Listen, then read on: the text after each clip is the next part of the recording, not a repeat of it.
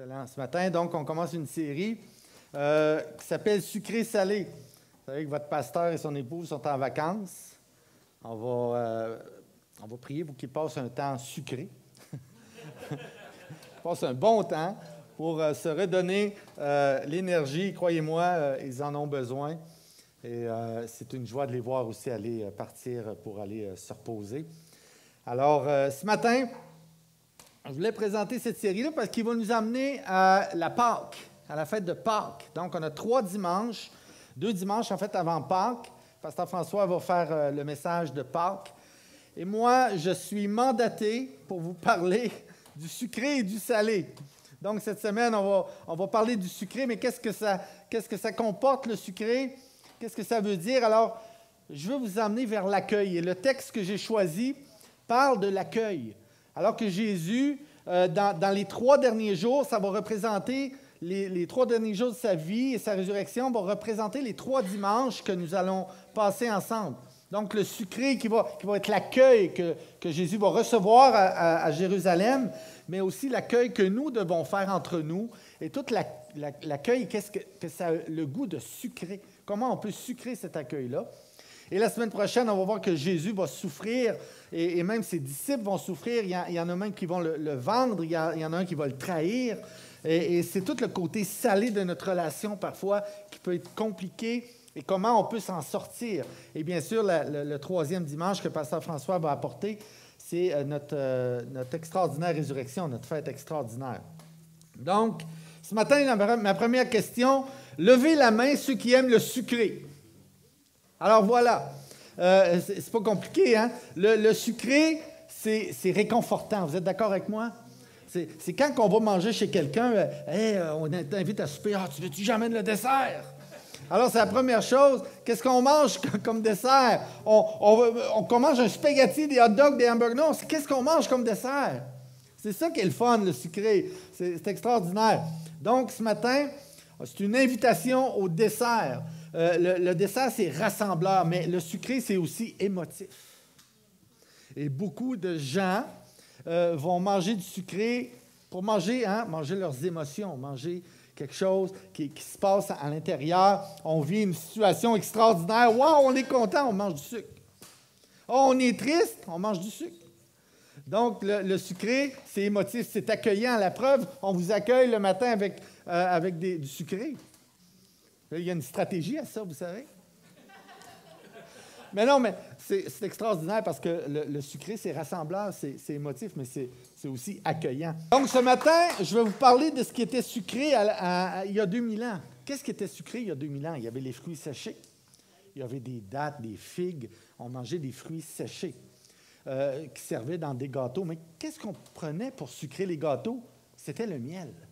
Donc, le miel était l'élément à fort prix, un élément très prisé, mais aussi, ce n'était pas tout le monde qui avait accès au miel. Donc, le miel servait à sucrer les pâtisseries, bien sûr, mais ça avait aussi des propriétés médicinales. Les médecins, les gens, ils s'en servaient pour guérir des plaies. On s'en servait aussi pour même tout ce qui est ophtalmologique, les yeux, les oreilles, mais surtout les plaies, le miel. Qu'est-ce qu'on fait quand on a la grippe, le rhume, qu'on a mal à la gorge? Non, c'est pas une ponce de gin. Non, c'est pas ça que je veux dire.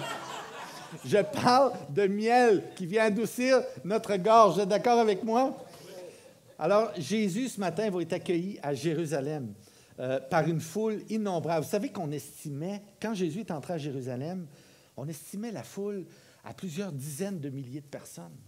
Le saviez-vous, ça? C'est incroyable.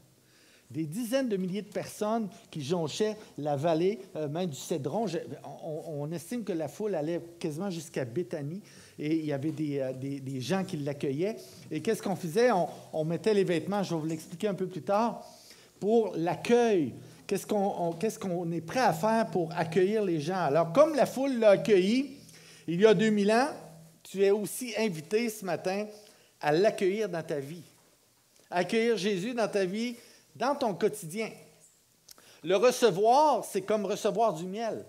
Donc, ça va adoucir tes peurs, ça va adoucir tes craintes, ça va adoucir les moments, tes fardeaux, les moments les plus difficiles que tu subis. mais ça va adoucir aussi ton caractère et adoucir qui tu es. Donc, c'est tout l'effet du miel. Est-ce que Jésus représente ce miel? Alors, Jésus va entrer à Jérusalem. Imaginez, là, Jésus entre à Jérusalem, il y a une foule qui l'acclame.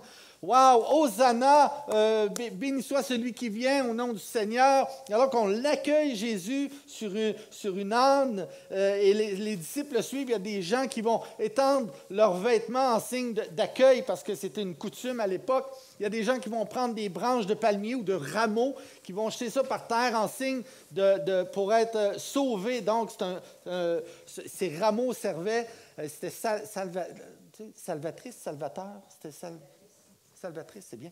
Alors, il était sauvé parce que c'est un signe, c'est une façon de faire. Donc, Jésus entre à Jérusalem et là, il se passe des choses extraordinaires dans les 48 heures qui vont suivre. Imaginez, il rentre à Jérusalem avec ses disciples, il va dire, on va préparer la Pâque, aller trouver un local, ils vont préparer la Pâque. Et là, quand Jésus rentre, qu'est-ce qu'il fait? Il va chasser les vendeurs du temple. Parce que cette année-là, les vendeurs étaient dans le temple. Vous savez pourquoi? C'était la première année que le Sanhédrin acceptait que les vendeurs se placent sur l'esplanade du temple à l'intérieur, alors qu'ils étaient toujours à l'extérieur habituellement. Alors Jésus, il rentre à Jérusalem, il voit les vendeurs du temple, mais qu'est-ce que c'est que ça? Ça n'existait pas avant. Il était à l'extérieur du temple. Alors Jésus, il pique une sainte colère, puis il dit, vous ne ferez pas de la maison de mon Père une maison de... Alors, c'est à cause de ça que Jésus a chassé les vendeurs du temple. Ce n'est pas votre place. Allez à l'extérieur du temple. Exactement comme Jésus a chassé le péché dans ton cœur. Paul va dire, ne savez-vous pas que vous êtes le temple du Saint-Esprit? Donc, Jésus va chasser ce qui est de pas bon à l'intérieur de ton cœur. C'est ce qu'il veut faire. Exactement comme Jésus a chassé ce qui n'est pas bon à l'intérieur du temple vers l'extérieur. Vous me suivez toujours? Allons au texte ce matin. Donc, la plupart des gens de la foule étendirent leurs vêtements. Donc, c'est une coutume ancienne par respect. Et moi quand j'étais jeune, j'aimais beaucoup les Astérix. Il y en a-tu qui sont comme moi? Les bandes dessinées Astérix. J'ai vu presque tous les films. Et je me souviens que quand on accueillait Jules César à l'époque ou un empereur romain, il y en a qui enlevaient leurs vêtements puis ils mettaient ça. C'était une coutume. C'était une coutume d'accueil. Donc, Hergé et Uderzo ont été brillants. Ils sont allés chercher des éléments d'époque pour introduire ça dans leur bande dessinée. Il y a du véridique là-dedans. Sur le chemin, d'autres coupèrent des branches d'arbres de palmier qui symbolisent le salut et enjonchèrent la route. Ceux qui précédaient et ceux qui suivaient Jésus. Donc, il y a des gens qui le précédaient. Donc, Jésus est au milieu de la foule. Il y a des gens qui le précédaient, puis il y a des gens qui le suivaient. Ils criaient « Hosanna, au fils de David, béni soit celui qui vient au nom du Seigneur. » Hosanna dans les lieux très hauts. Alors, lorsqu'il entra dans Jérusalem, toute la ville fut émue et l'on disait « Qui est celui-ci? » Hosanna, qui vient de l'hébreu, qui signifie « sauver »,« sauve maintenant ». Alors la foule répondit « C'est Jésus, le prophète de Nazareth en Galilée. » Alors la foule désire être délivrée exactement comme quand la foule, le peuple a été délivré lorsqu'ils ont quitté l'Égypte. Suivez-moi bien ce matin. C'est important, il y a un parallèle très important ici. Donc, ils vont fêter la Pâque juive, qui représente la libération du peuple juif de l'esclavage égyptien à l'époque. Donc, Moïse qui prend le peuple, la mer Rouge va s'ouvrir, ils vont passer 40 ans dans le désert. Alors, Jésus est accueilli par cette foule parce qu'eux, ils croient vraiment que cet homme va les délivrer de la main des Romains. Alors, Jésus arrive pour eux, la foule, la plupart de la foule, il y en a qui savent qui il est, parce qu'il prêche le royaume depuis déjà quelques semaines, quelques mois, voire quelques années, à ses disciples. Et eux, ils s'attendent, la grande majorité de la foule s'attendent à être délivrés avec une épée, une armure. On a notre conquérant, il arrive, il va nous délivrer des Romains, on va avoir la paix après, exactement comme Moïse a fait, qui nous a délivrés du Pharaon en Égypte il y a quelques milliers d'années. Vous me suivez toujours? Et cette même foule-là, suivez-moi, là, c'est important. Un jour plus tard, lorsqu'ils vont voir Jésus avec une couronne d'épines, avec Barabbas à côté de lui, Ponce Pilate au milieu. Cette même foule qui croyait que ce Jésus était le vainqueur et le conquérant, ils ont désenchanté et puis ont dit « Oh non, nous on s'est fait berner. » Comprenez-vous ce que je veux dire? Et là, ils se sont mis à crier « Qui voulez-vous qu'on vous livre aujourd'hui? » Bien, les gens ont dit « Crucifiez-le, crucifiez-le. Crucifiez-le. » Alors, ils n'ont pas compris, sauf ses disciples qui, à ce moment-là, étaient tous partis à la course parce qu'ils ont eu peur d'être arrêtés en même temps que lui, sauf un qui était là, l'apôtre Jean qui a suivi avec la mère de Jésus qui était là également. Ce matin, je t'invite à enduire ton cœur de miel, de l'accueil. Alors, Jésus a été accueilli par ces gens, mais ils ont changé parce qu'ils ne saisissaient pas la vraie nature de Jésus-Christ. Alors, est-ce que c'est important de saisir la vraie nature de Jésus? Alors, la vraie nature de Jésus, c'est accueille-le. Il veut changer ton cœur, il veut enduire ton cœur de miel ce matin. Alors, la phrase clé, dis-le à ton voisin, enduis ton cœur de miel. Vous savez, Jésus est venu mettre la paix. Jésus est venu mettre la paix dans ton cœur. Et prochaine diapo. Et ce que je t'invite, moi, c'est sucrer ta relation avec Jésus. Avec des bons biscuits et pépites de chocolat. Alors, vous savez, il est parfois difficile de vivre une relation avec Jésus. On ne s'en cachera pas, c'est parfois difficile. J'entendais des fois des gens dire « Ah, matin, il me semble que je serais resté couché. » Moi, quand je me suis levé et j'ai vu la neige, j'ai dit « Yeah! On va aller à l'église. » Mais ce n'est pas le fait. C'est le fun d'aller à l'église, mais c'est de voir encore de la neige. Le mois de mars commence à peser lourd. On vit des situations plus difficiles, des fardeaux qui sont présents dans nos vies. Mais dis-toi ceci. Ce que Jésus veut faire ce matin, c'est de venir mettre du miel dans tes larmes. Il veut venir accueillir ça pour que tu puisses adoucir ton fardeau. Et c'est important de saisir ça. Donc, il faut sortir, et je t'invite ce matin, on va faire beaucoup d'allusions, hein, le miel, la ruche, les abeilles. Dans une ruche, il y a une reine. Mais dans l'Église, il y a un roi. Donc, il faut sortir de ta ruche. Tu ne peux pas avoir du miel si tu ne sors pas butiner des fleurs. C'est important de savoir ça, mes amis. Comment sucrer ma relation avec Jésus? Alors, il faut briser l'isolement. Tu ne peux pas rester seul dans ta ruche, chez toi, ou seul chez toi et dire « Ah, je vais aller mieux demain, je vais aller mieux demain. » Il faut que tu brises l'isolement. Et ça, les psychologues en parlent. Les gens en parlent. Et moi, je vous en parle. Briser l'isolement. C'est important de ne pas être seul. Il faut aussi connaître des gens qui ont une relation saine avec Jésus-Christ. Et je dis saine, S-A-I-N-E, c'est important. OK? Accotez-vous à des gens qui ont une relation saine avec Jésus. Vous savez, construire l'Église avec d'autres personnes, exactement comme les abeilles construisent la ruche et fabriquent le miel. Alors, je te dis ce matin, enduis ton cœur de miel. Prochaine diapo. Notre relation avec Jésus doit avoir le même effet et donner le même résultat que le miel. Et là, je vous dis, il faut être énergique. Le miel, ça donne de l'énergie. Le miel, on doit avoir des amis qui partagent les mêmes valeurs que nous. C'est énergique. Levez la main, là, vous arrivez ici ce matin, c'est énergique. C'est le fun. On rencontre des gens qu'on aime, des frères et sœurs en Jésus-Christ dans l'Église, c'est merveilleux. Et ça devient addictif, le sucre. Écoutez, là, je ne suis pas nutritionniste, mais je sais comment manger. Le sucre, c'est addictif. Puis, des fois, on se sent coupable. Hein? Je ne sais pas si vous êtes comme... Non, vous n'êtes pas comme moi, c'est moi qui est comme ça. Je vais aller à l'épicerie, puis des fois, on voit, tu sais, des petits bons, les Ménards sont faits de vrais jus, les petits jujubes, là, on se sent moins coupable.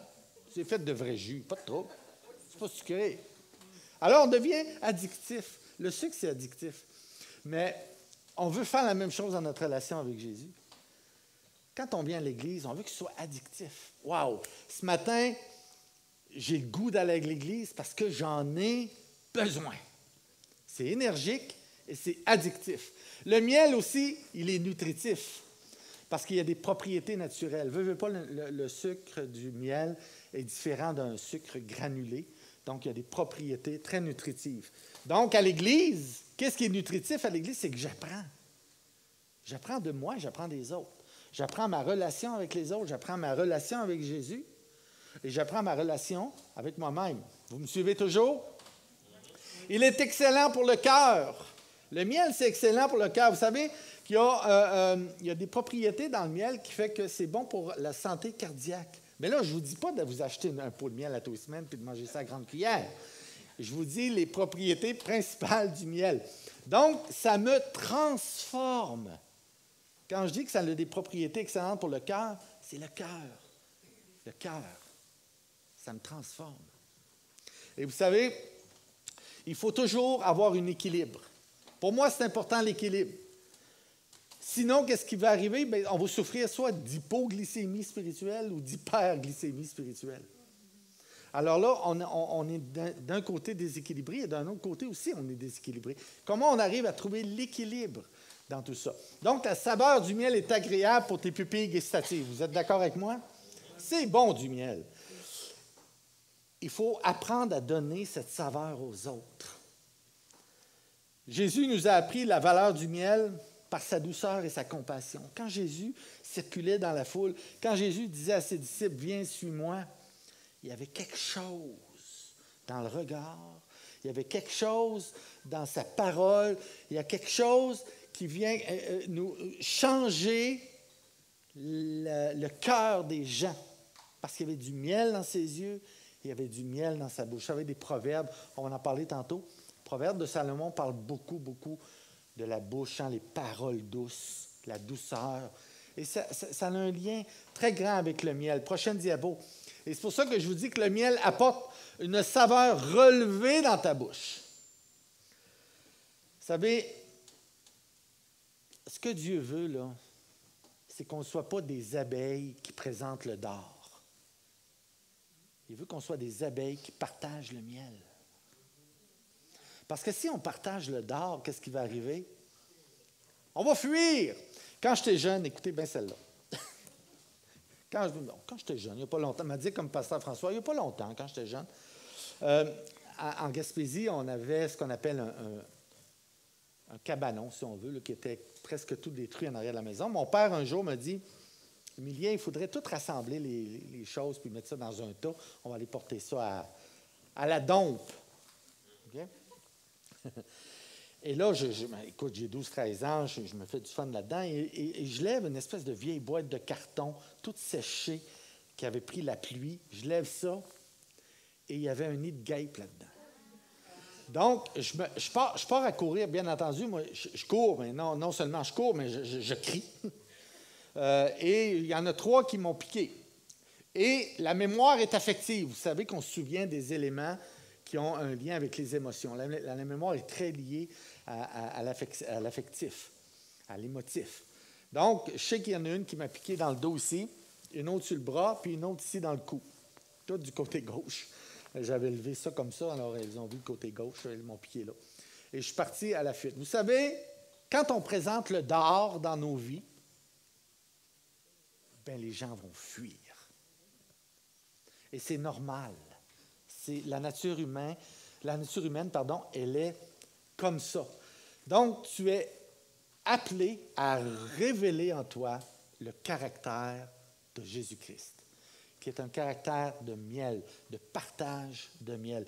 Il faut développer notre petit côté sucré. Vous êtes d'accord avec moi? Il n'y a pas de grand repas sans bon dessert. Alors moi, si tu me dis, qu'est-ce que tu as mangé comme dessert, je reviens là-dessus, je vais me souvenir du dessert, mais je ne me souviens pas du hot dog Michigan que j'ai mangé avant, même si on était dans un château en France. Comprenez-vous? C'est le côté sucré, il y a un petit quelque chose. Puis, je dis toujours à Pasteur François, Pasteur François, il y a 3 éléments dans l'Église qui est important, que les gens ont besoin.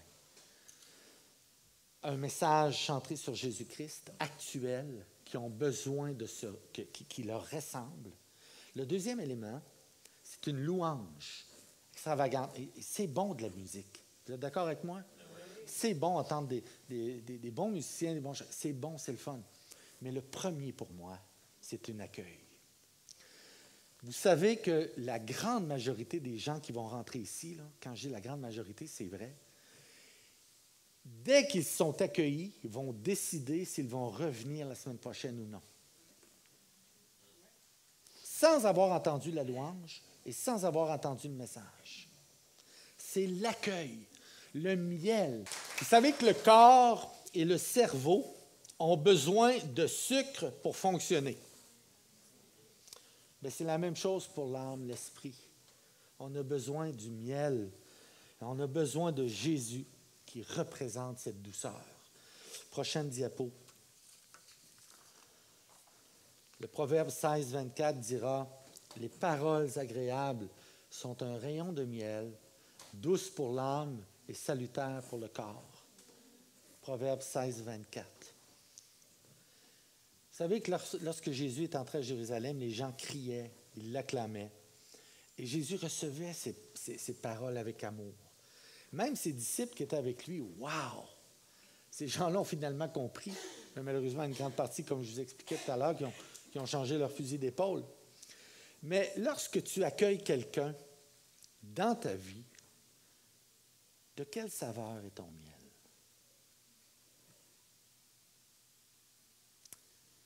Lorsque tu accueilles quelqu'un dans ta vie, de quelle saveur est ton miel? Mon épouse et moi, on aime beaucoup faire des marchés publics l'été. Il y a beaucoup de petits kiosques. Vraiment, on fait des belles découvertes. Et on est allé l'année passée, on était dans les Laurentides, puis on est tombé dans un marché public dans lequel il y avait un kiosque avec divers, c'est un apiculteur, pardon, puis il y avait diverses saveurs de miel. Vous savez, de trèfle, des fleurs de scie, des fleurs de... Puis là, on goûte. Voyez-vous la différence? Moi, là, non. Je ne vois pas la différence. Là. Enfin, mais il y en a qui... Ah oui, c'est un peu comme le vin. Il y en a qui vont goûter des vins. Ah oui, lui, il est terreux. Là. Moi, cette papille-là, vous savez. Mais une chose que je sais, par exemple, ça, vous allez être d'accord avec moi, c'est que le miel, c'est bon. Alors, je l'ai trouvé bon et j'en ai acheté un cruchon. Et il y en a presque plus à la maison, mais on n'est pas des grands consommateurs de miel. Par contre, ce que Jésus nous demande, c'est soyez des grands consommateurs et multiplicateurs de miel dans votre vie. Alors, les paroles agréables sont un rayon de miel, douces pour l'âme et salutaires pour le corps. L'accueil que nous faisons détermine toujours la suite des choses. Nous sommes appelés à accueillir nos prochains comme le caractère de Jésus l'a fait pour les disciples, qu'il l'a fait pour les hommes de loi. Imaginez, là, les hommes de loi qui le poursuivaient, qui cherchaient des moyens de le faire arrêter.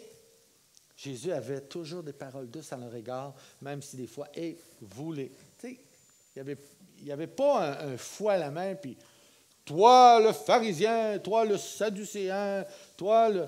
Non. Il leur expliquait pourquoi il était capable, lui, d'aller manger avec les pécheurs. Il leur expliquait, lui, pourquoi il était capable, parce que c'est le miel. Il est venu présenter la douceur du miel de Dieu et l'accueil qu'on doit avoir envers les gens. Vous savez, les gens, là, vous savez, Dieu, c'est-à-dire, Dieu aime le pécheur. C'est le péché qu'il n'aime pas. Et ça, il faut faire vraiment la distinction. Alors, est-ce qu'on est tous des pécheurs? Absolument. Alors, on est aimé de Dieu. Et comme la personne à côté de toi est aimée de Dieu, on a une responsabilité d'amour envers lui. Parce que c'est Dieu qui nous le demande. Vous savez, il y a une belle histoire dans Luc 15 que Jésus raconte à ses disciples qui s'appelle l'histoire de l'enfant prodigue. C'est un bel exemple d'accueil, ça. Vous savez, le fils qui se lève un matin, qui s'en va voir son père, il dit hey, « Donne-moi la part d'héritage », parce qu'à l'époque, le père pouvait donner la part d'héritage de son vivant. Et là, le fils décide de partir, il dilapide tout son bien, il va payer à traite à tout le monde. Finalement, il perd tout son argent, il mange avec les cochons, Il va manger des caroubes ou des carouges, le fruit du caroubier, et jusqu'au jour où il s'aperçoit que le miel, la saveur du miel était chez son père. Et là, il décide de retourner chez son père, et son père, qui depuis des semaines, des mois peut-être, est sur sa galerie, sur sa chaise berçante, puis qui attend son fils au loin. Et un jour, il voit son fils au loin. Écoutez bien ceci. Il voit son fils au loin, puis il va l'accueillir. Il est tellement heureux, là, malgré le péché, malgré qu'il a fui, malgré tout ce qu'il a fait, qu'il travaillait, il a perdu, son père a perdu de la main-d'œuvre dans son fils. Alors, à l'époque, les gens, les maîtres de maison, si on peut appeler ça comme ça, ils portaient des grandes robes, des grandes tuniques jusqu'aux pieds, très serrés. Alors, ils pouvaient marcher que comme ça. Et lorsque Jésus raconte ça, il y a des pharisiens, eux, ils ont des tuniques, mais suivez-moi, c'est important. Il y a tout est dans les détails. Hein? Et là, le Père, dans la parole de Dieu, dit qu'il courait vers son fils. Mais pour courir, tu ne peux pas courir avec une tunique aux pieds. Me suivez-vous? Il a fallu qu'il fasse quoi? Qu'il lève sa robe. Et ça, là, c'est un sacrilège pour les pharisiens d'entendre ça. Tu ne peux pas lever ta robe. Tu ne peux pas lever ta tunique. Tu ne peux pas présenter tes jambes. Alors, le Père, il lève sa robe et il court vers son fils. Ce qui représente que la loi n'est pas sucrée. C'est la grâce qui est sucrée. C'est dans la grâce qu'on a le miel. Et c'est important de saisir ça. Les gens de loi, ils sont dans la loi. Ils sont religieux, ils sont dans des cadrages, mais avec Jésus, tout est possible. Une relation est saine, libre, mais dans un miel et un accueil extraordinaire. L'Épître aux Romains dira ceci.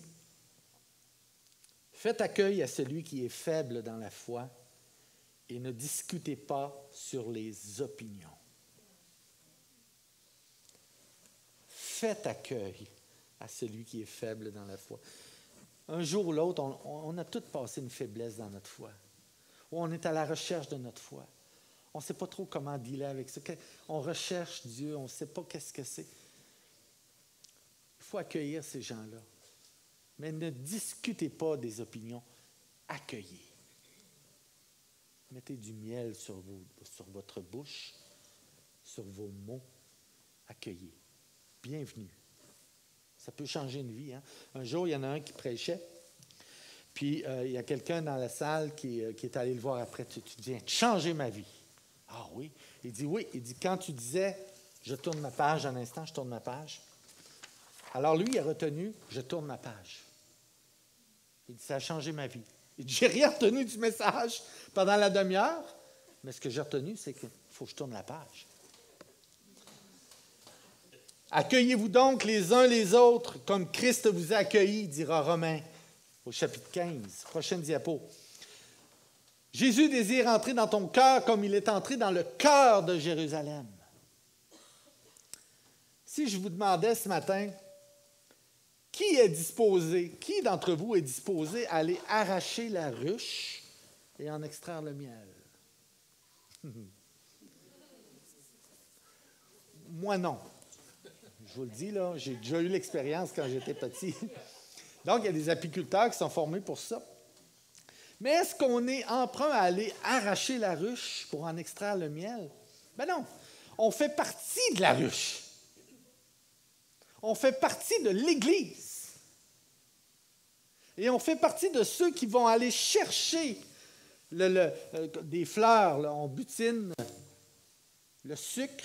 Il y a un nom pour ça, excusez-moi, qui m'échappe. Le nectar, merci. Dieu vous bénit. On extrait le nectar et on l'amène à l'Église. Wow! Puis là, on vit des choses extraordinaires. Vous êtes d'accord avec moi? L'accès au miel est possible pour nous, car quelqu'un en a payé déjà le prix. Jésus connaît la suite lorsqu'il entre à Jérusalem. Il sait très bien qu'il se dirige vers sa mort. Il sait très bien que son Père, notre Père céleste, va le ressusciter au 3e jour. La joie représente le côté sucré de notre accueil pour Jésus. Et Jésus, c'est le meilleur apiculteur pour extraire le miel et pour en avoir accès. Et je le disais tantôt, dans la ruche, il n'y a qu'un seul roi. Le roi ne quitte jamais la ruche, ou la reine. Dans mon illustration, on dit la reine. Mais le roi, Jésus-Christ, ne quitte jamais la ruche. Jésus, c'est son Église. Il nous tient tous dans sa main. Il protège son Église. Il fait croître son Église dans l'apprentissage, dans l'amour, dans la relation horizontale avec les uns et les autres, dans la relation verticale avec Dieu. Mais gardez toujours le miel. Enduis ton cœur de miel ce matin. Jésus veille sur sa ruche, sur son Église. Il veille sur la santé de ses abeilles, qui est nous. Il récolte le miel fabriqué par les abeilles. Nous sommes donc des abeilles spirituelles qui agissons avec douceur pour témoigner de Jésus, notre Sauveur. Et je termine là-dessus ce matin. Tu es invité à accueillir Jésus. Ça ne fera jamais cristalliser ton miel. Prochaine diapo. Vous savez, on a tous eu cette expérience-là. Hein? Quand on a un pot de miel qu'on laisse traîner un peu, il cristallise. C'est vrai. Qu'est-ce qu'on fait pour enlever le cristal, hein, l'effet cristal? Des fois, on va le faire chauffer. On va le mettre au micro-ondes quelques secondes et il reprend sa nature première. Bien, c'est la même chose dans notre relation avec Jésus. Lui, il ne veut pas que tu cristallises ton miel. Alors, il va garder cette chaleur relationnelle avec toi pour empêcher que ton miel se cristallise. Vous me suivez? Parce que si on cristallise notre miel, ça fait endurcir notre cœur. Et parfois, on peut prendre des mauvaises décisions. Parfois, on peut s'éloigner de Dieu. Parfois, et ce n'est pas un jugement, c'est une réalité, parce qu'on cristallise à l'intérieur. Et Jésus, il ne veut pas ça. Il veut faire en sorte que ton miel garde toujours une bonne température pour ne jamais cristalliser. Alors, garde cette relation intacte avec Jésus. L'Église est là, la ruche est là pour nous soutenir, pour vivre ensemble une relation avec Jésus-Christ. Vous êtes d'accord avec moi? Et Hébreux, l'Épître aux Hébreux, au verset 4, chapitre 4, verset 7, dira « Aujourd'hui, si vous entendez sa voix, n'endurcissez pas vos cœurs. Ne cristallisez pas votre cœur. Ne rendez pas votre cœur difficile. » Et vous savez qu'est-ce qui fait cristalliser notre miel? C'est nos pensées négatives. Parfois, notre jugement. Parfois, une incompréhension peut faire cristalliser parce qu'on a une mauvaise interprétation. Moi, je vous invite ce matin à dire, Seigneur, fais que mon miel soit toujours doux pour les autres et pour moi, pour ma relation avec toi, pour ma relation avec les autres. Le défi en 2024, 2025 et les années qui s'en viennent, c'est tout ce qui est relationnel. J'en ai déjà parlé dans un message auparavant. C'est tout ce qui est relationnel. Donc, on est dans des défis de société sur le plan relationnel.